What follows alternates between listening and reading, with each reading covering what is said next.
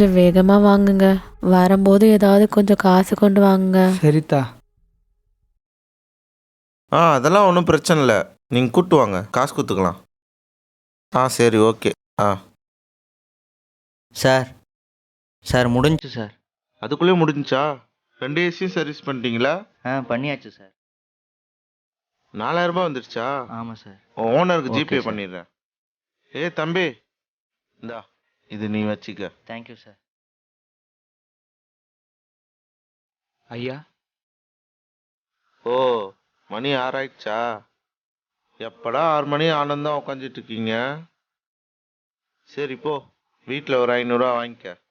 ஐயா 500 எப்படிங்கய்யா? இன்னும் ஊர்பட்ட வேலை பாக்கி கிடக்கு. போ, மொத்தமாக வாங்கிக்கலாம்.